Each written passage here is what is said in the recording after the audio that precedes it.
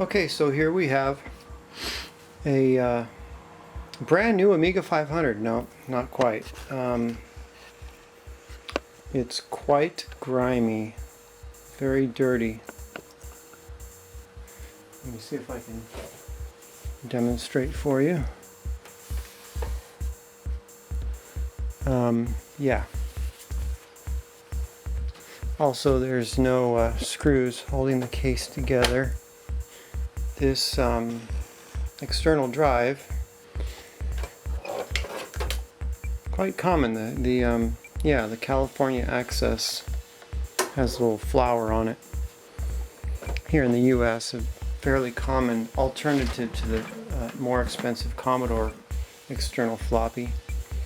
So anyway, before I just plug everything and go, I think the smartest thing to do would be to test the power supply that came with it first. So I'm going to start with that. Alrighty, let's wait for the magic smoke, they say. Alright, so the ground is here. Oops, got it turned the wrong way. This thing is pretty crusty. And this is plus 12. It's a little high. Plus 5. They're all, oh, minus 12. Minus 12 is almost 10% low. Plus 5 is over 5% high, or over 10% high, at 537. And plus 12, that's more like what, 4% or whatever high. Yeah, but not alarmingly so. But you know what I guess I can do is, since the cover's already loose, oh that's gross.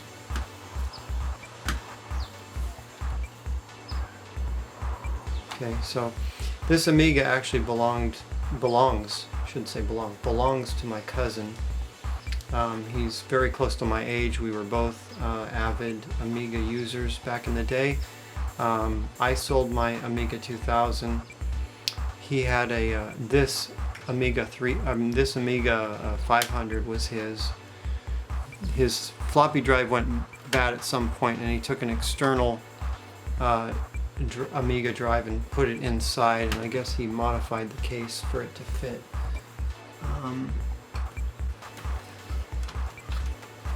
He put some paper or something in here to keep it. And that screw is missing there. And that one is missing there. I'm not exactly sure how this is being held in. This screw here and that screw there, as far as I can tell. But I guess it is sitting above the motherboard.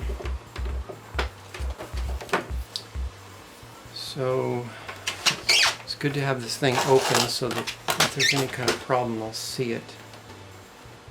Make diagnosing it a little easier. Okay, let's move this so that everybody can see the light.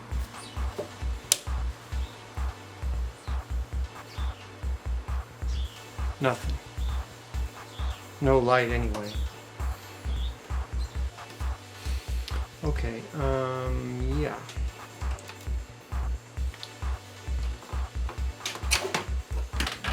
So, my friends, I believe we have a broken Amiga. Either that or the Amiga has a broken, just an LED that's not working. Okay. Yeah, he did mention that he had an original memory expansion and the trap door. Let's remove that. Yeah.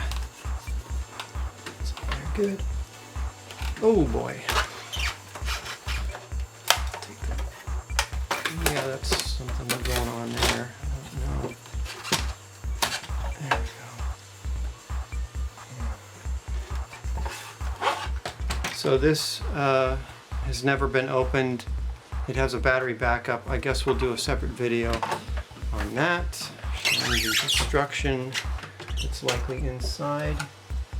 There's a little bit of corrosion on these end pins.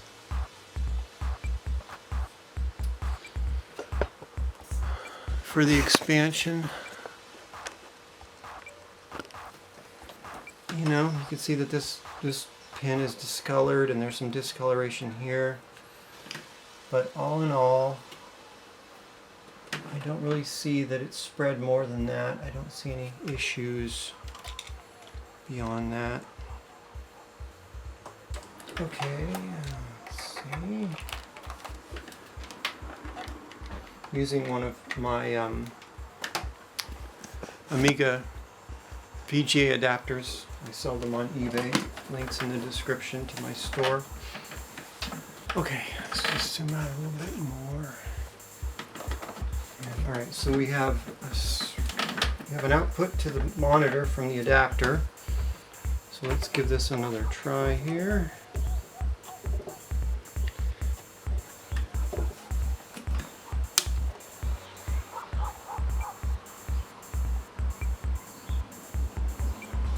Okay, so let me show you what we got here. A green screen.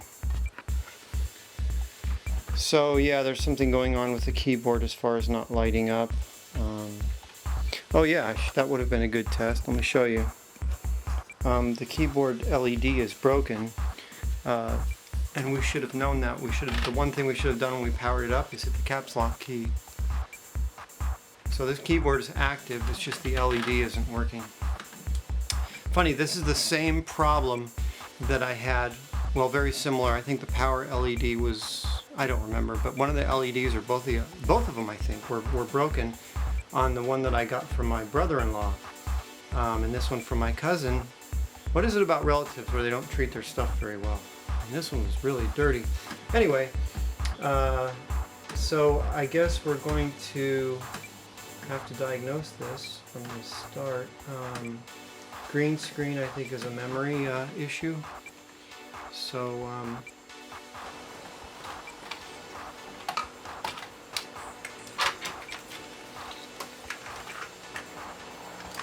wonder if it's the LEDs are just, God, everything's all dusty.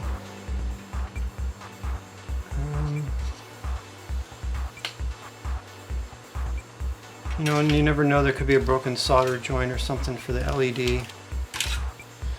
But anyway, we'll deal with that later. This is a novel solution to the problem here of having to have a specific floppy drive. I'm actually taking this screw out with a flathead. Alright, let's just set that aside.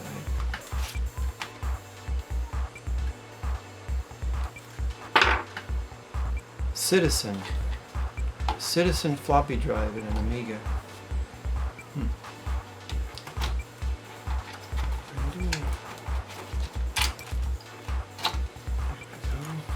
This is it looks like it's a revision 5 motherboard. Okay, so right. Gary could be bad. Agnes could be bad.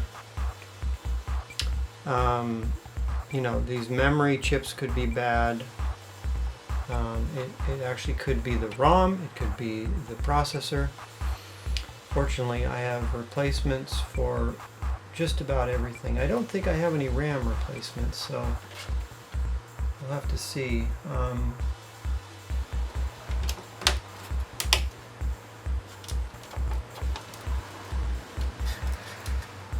Oh yeah, the CIA chips could also cause this problem. I'm seeing something very interesting here. The processor, it's almost like two pins look like they're pushed in more, but you know what, I think they're probably just dirty. Nope, they're definitely pushed in more. Wow, that's weird. Let me see if I can get the camera closer to that. Yeah, you see those two pins on the processor? They look dark. It's because they're like pushed in. Like somebody took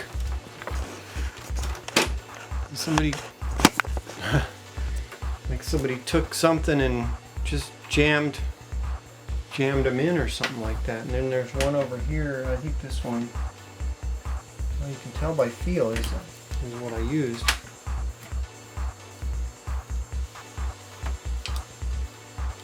Yeah, that one's fine, but these ones are definitely pushed in. That's very odd.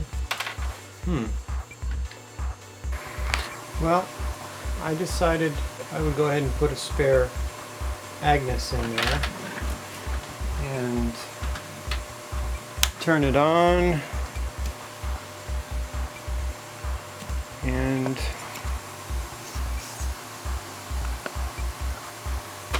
that's it. Now the question is whether the original Agnes is bad or just wasn't seated correctly, so let's check that out. I actually don't like using these PLCC chip extractors. I've actually damaged chips with them before. Just trying to be really super gentle here.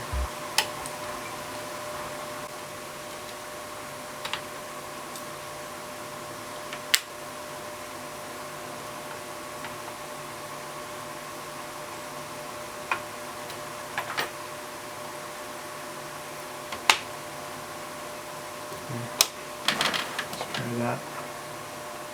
No, I got a green screen. So the Agnes went bad. Well, easy to diagnose. See, there it goes, slipping. It's like these fingers aren't wide enough. They're made for a smaller footprint.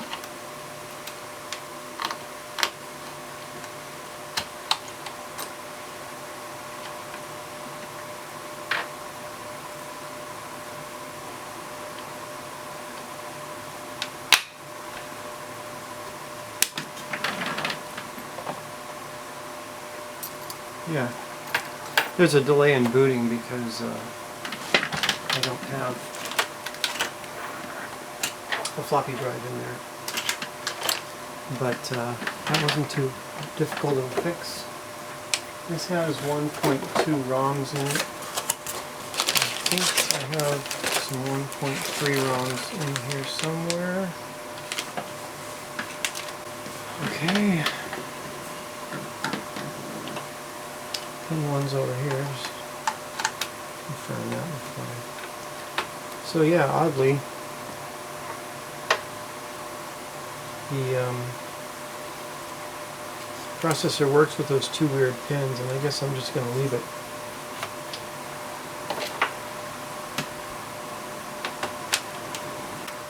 Here is I believe a Chinon. No, this is a Matsushita. So, and anybody who knows Matsushita is actually Panasonic. Give that a try. That's out of my here.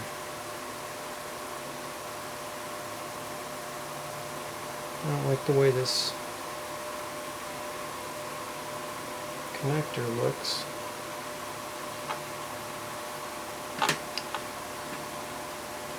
wonder if that has something to do with it not working.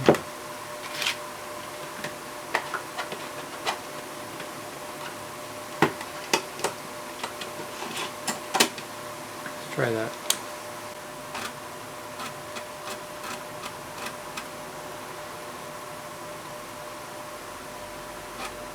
Now my cousin told me that this drive that he had in there, yeah, I recognize that model number, CA880. This was an external drive, I think. fact, this one right here has the same number on it. Yeah, California Access. So he had two California Access external drives, and he used one of them to replace his internal one.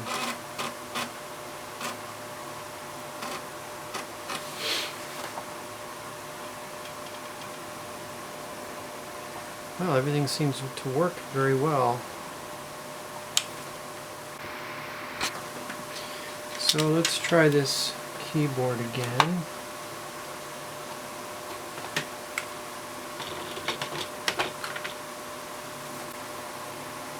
Yeah, we know the keyboard works, but the LEDs don't. So let me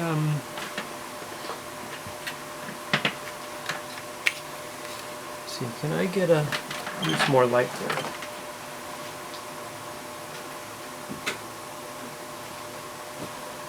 Is it possible for me to get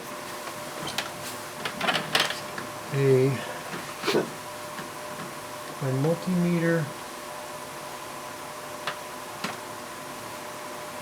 I think so.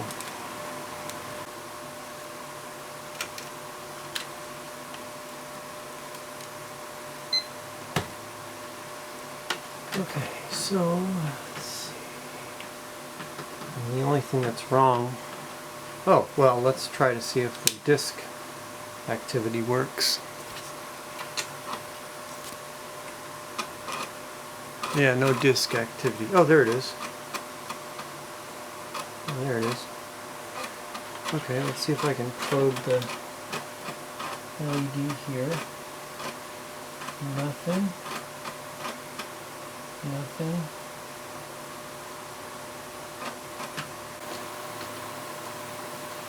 That doesn't seem very tight. And one screw holding that in.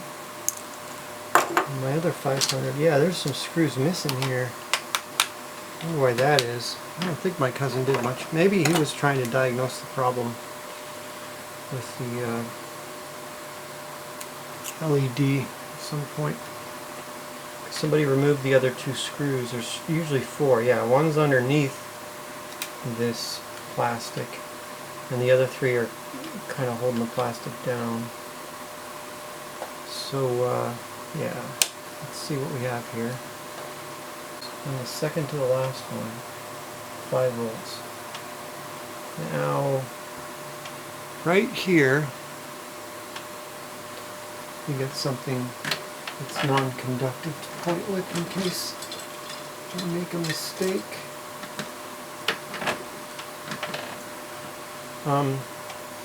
This is the LED right here, so let's test. We have 5 volts going into it. And nothing coming out.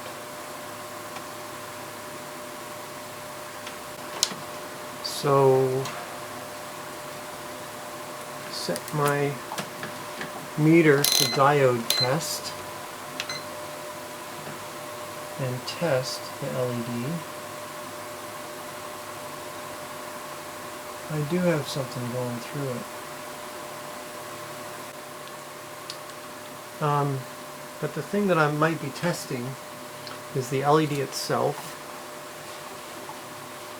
which could very well work. I got 5 volts coming in, the LED, so it actually seems like it would be a cracked solder joint. So I'm going to reflow these solder joints here, and then we'll see. Okay, I've reflowed the solder joint. Let's see. I saw something flat. Yep, that's it. That's it. And actually what it looked like was on the negative side, it looked like there wasn't enough solder. Okay, so after getting this thing working, replacing the Agnes, I spoke with my cousin, the original owner of this motherboard, and he said that he used to have to prop up the motherboard in order to get it to work. So I don't believe that I have this problem fixed yet, because when I just powered it on a few minutes ago, I had a green screen again with the replacement Agnes, which means I'm glad I didn't throw away the other Agnes. I have it in my, you know, just in case box, and I guess I'll have to go and I actually have 3 in there, and I'm not sure which one is the bad one, but I guess I'm going to find out. I mean, which one may be the good one that I took out of here. But actually I have 2 more that I ordered that are on the way. But anyway, so indeed, I powered this on it, gave a green screen, and turned it off, then sort of pushed down Agnes, turned it back on, and it came up. So I think the first thing I'm going to do is maybe clean the board a little bit. Yeah, I probably need to put a rag under it or something, but yeah, just sort of clean up the board, make sure, and you know, get rid of this junk, whatever it is, corrosion. Okay, I just gave it a sort of a bath with alcohol. I just sort of poured it on and used a toothbrush on it, and then blew it off with some compressed air. Alright, let's see what happens here. Okay, so we have a green screen right now. Show you green. Okay. Turn it off.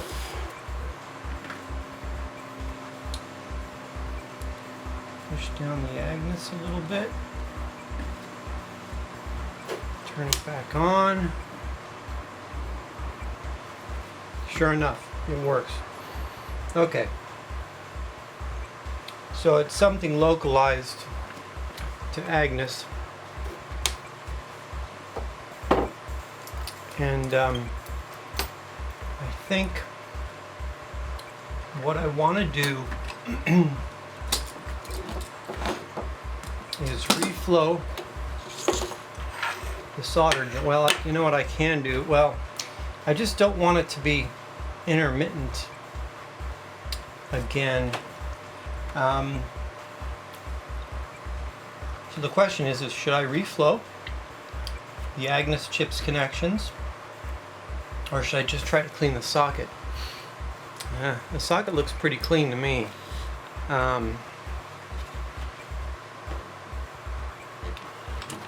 Yeah. And when I reflow it, I think I should have the Agnes chip out of there. Ooh, and you know what my favorite way to get these chips out is? It's just going to be... Ooh, it doesn't quite fit. To push something in from the bottom and pop it out that way. Something skinny. That's my favorite way to do it, because PLCC extraction tools, as I mentioned earlier, don't seem to be the right size.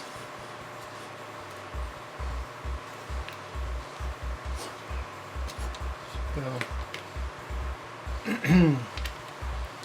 just pushing in the holes, kind of rocking it out. Yeah, there we go.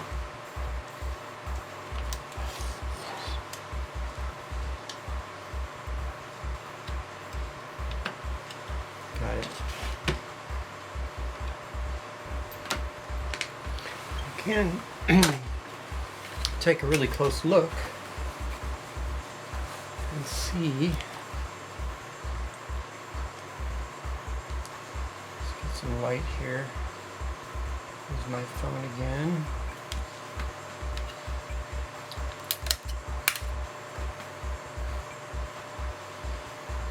Just gonna see if I can see any pins that are pushed in.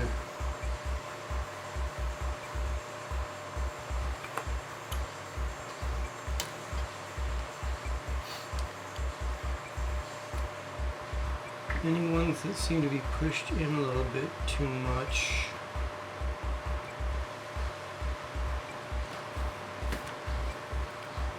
Looking for a somewhat uniform.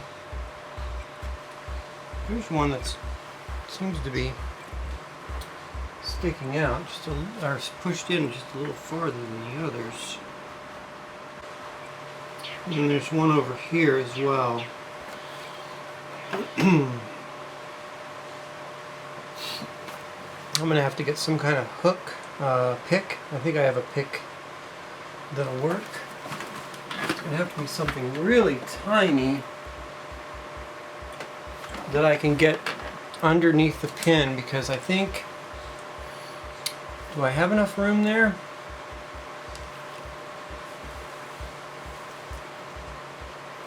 To get underneath? I think so. That's probably the way to go. Safe way to do it. Okay, but you're seeing what I'm saying when I want to remove the chip before soldering, because the tension of the pins on the chip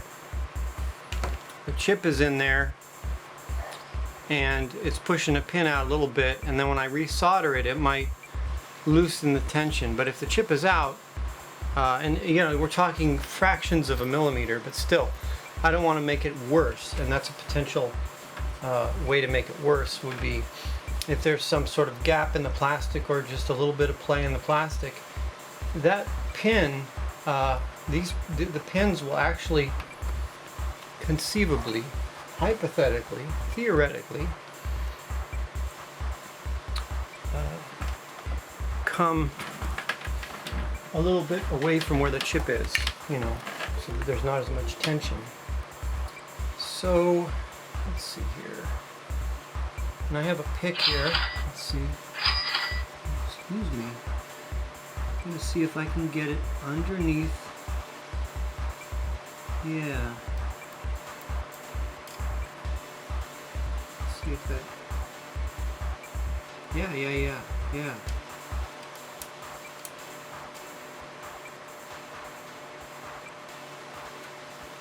That's it. So this little pick here, you can buy a set of these picks on Amazon or whatever, and they have various, and this is a little hook end right here. It actually is pretty good for getting in underneath there and pulling these pins out, making them even. It's so easy. I'm just gonna look around and see if I got any others I need to worry about. I suppose if it's in real bad shape, you'd want to pull all the pins out, but this thing is so close to being fully functional. Just, you know, you flex the board a little bit. From what my cousin was saying, from what my experience is I just need to push the Agnes in. So there were only 2 pins that were slightly out. I'm going to go with the odds. I know how these things go. I'm going to go ahead and reflow all these pins on Agnes, because there very well may be a broken solder joint.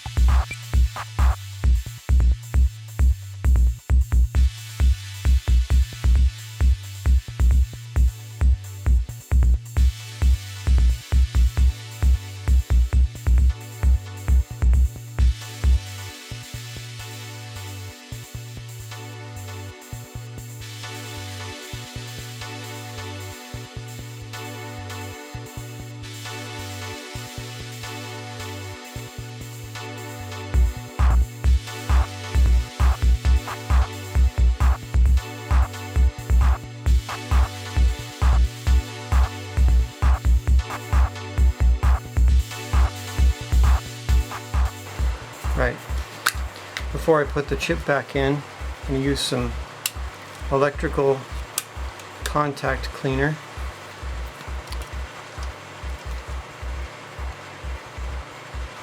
I put a rubber band around it so I could keep the little stick. Those always get lost.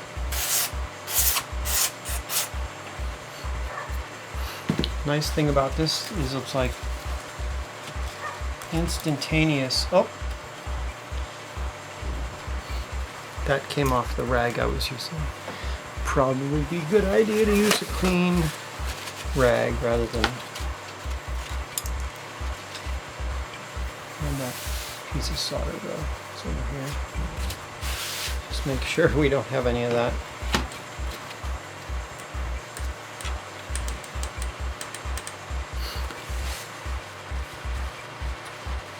Okay.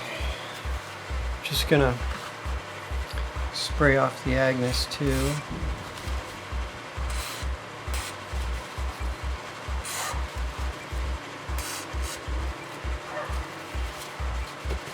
Yeah, it's like this stuff's active ingredient is ether or something, because it pretty much evaporates immediately. I think that's the point.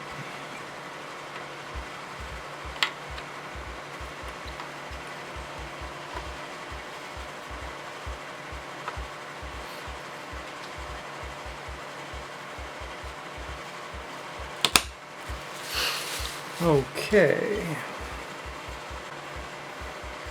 and power on.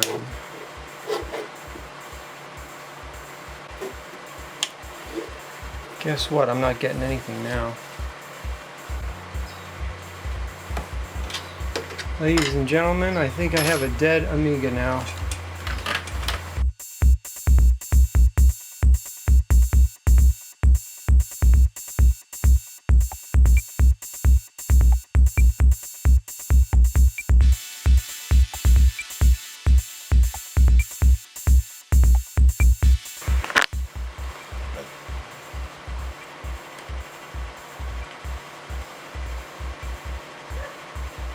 5.5 volts.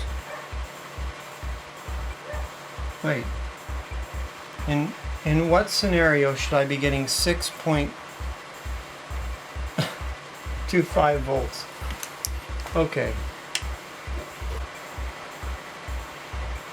That's something. -5 +7 .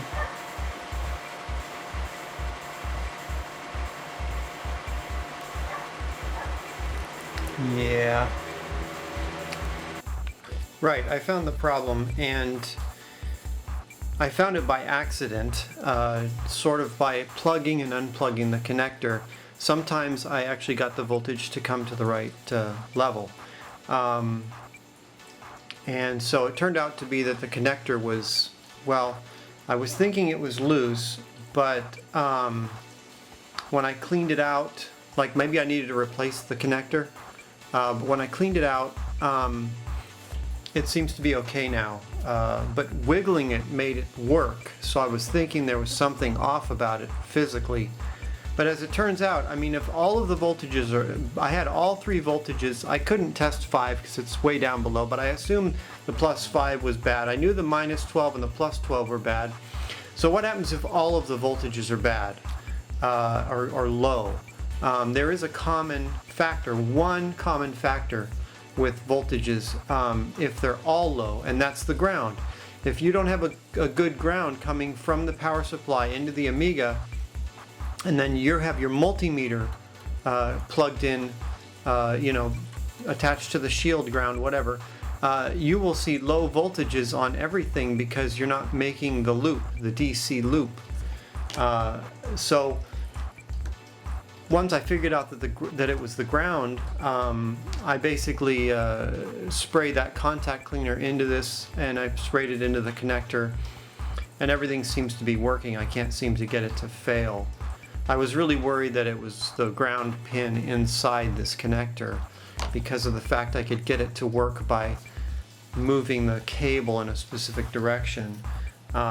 But no, it was probably just dirty in a specific spot, and then when I moved the cable, it moved, you know, to a clean spot, or, you know, or scratched it off or whatever. Anyway, so that somewhat makes sense as to what my cousin was saying as far as him having to prop the Amiga up. I think I mentioned earlier propping the motherboard up, but obviously he didn't have the motherboard out of the Amiga when he was using it. He propped one corner of the Amiga up, I don't know which one it was, and he got it to work, and I guess that really explains, is the most likely cause of the thing starting to work when he had it propped up. The angle of the connector in there was apparently more effective, making a better contact when he had it propped up on one side. So I mean, all I can tell you now is that I can't get it to fail, whether I wiggle the connector or whatever, so I guess just cleaning it was all that was required. Oh, and before I do anything else, got a workbench screen, you know, the workbench disk loading ROM screen on right now, and I'm just gonna, okay, so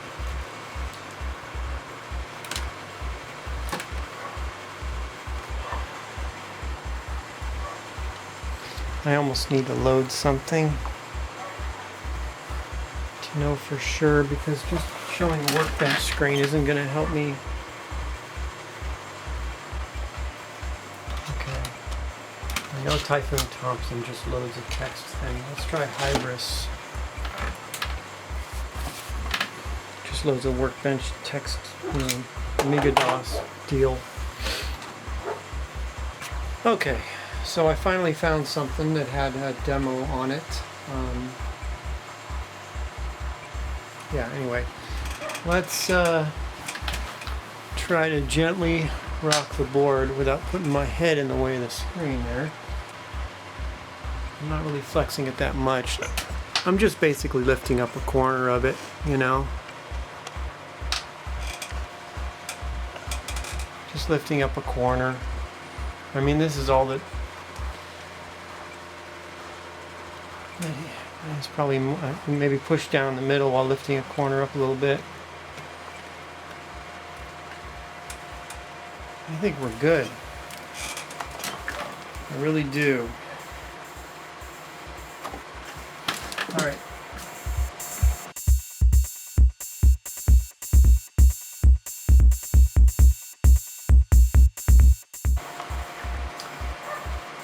I guess I can do my initial test without this drive, because I'd like to get the Agnes out the safe way.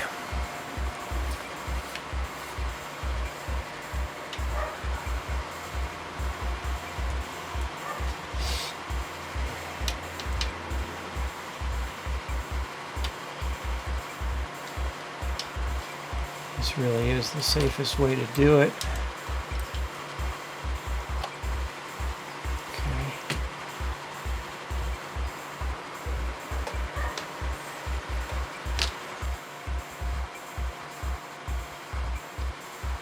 Gotta be this one.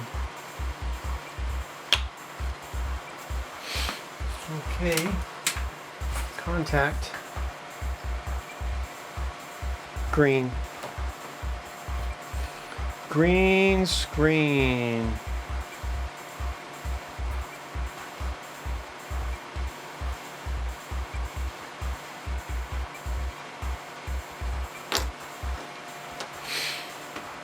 Oh, that's interesting. It came up. Huh. First it was green and then it came up. Okay, so that chip that wasn't working, the original one, oh, that's interesting. Look at this.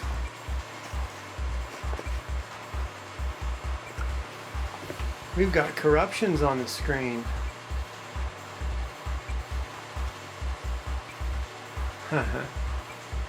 Yeah.